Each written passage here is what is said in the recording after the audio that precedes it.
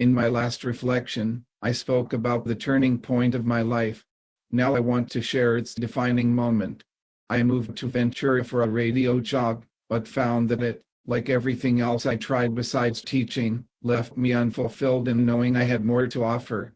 So, in December of 1986, I decided to check whether or not St. Bonaventure High School needed a theology teacher. I knew it was a long shot in the middle of a school year, but what did I have to lose?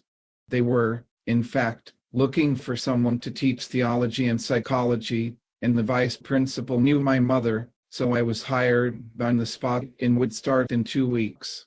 I became a leader of the young adult group, and would help Yolanda, who was the youth minister, with outings and support for the youth.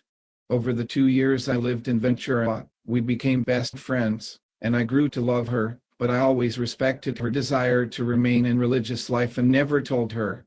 I had a couple of girlfriends during this time, but it became clear to me that if I wanted to remain best friends with Yolanda, I couldn't be married to anyone else.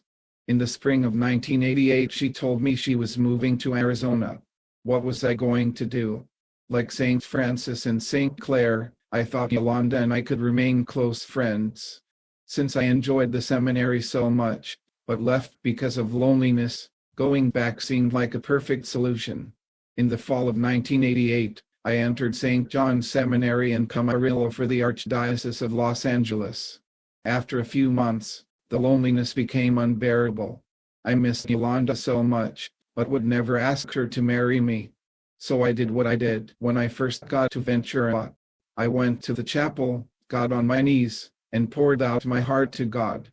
I knew I had to leave the seminary, but I told him I would never date again, and if he was calling me to be married, he would have to find me a wife.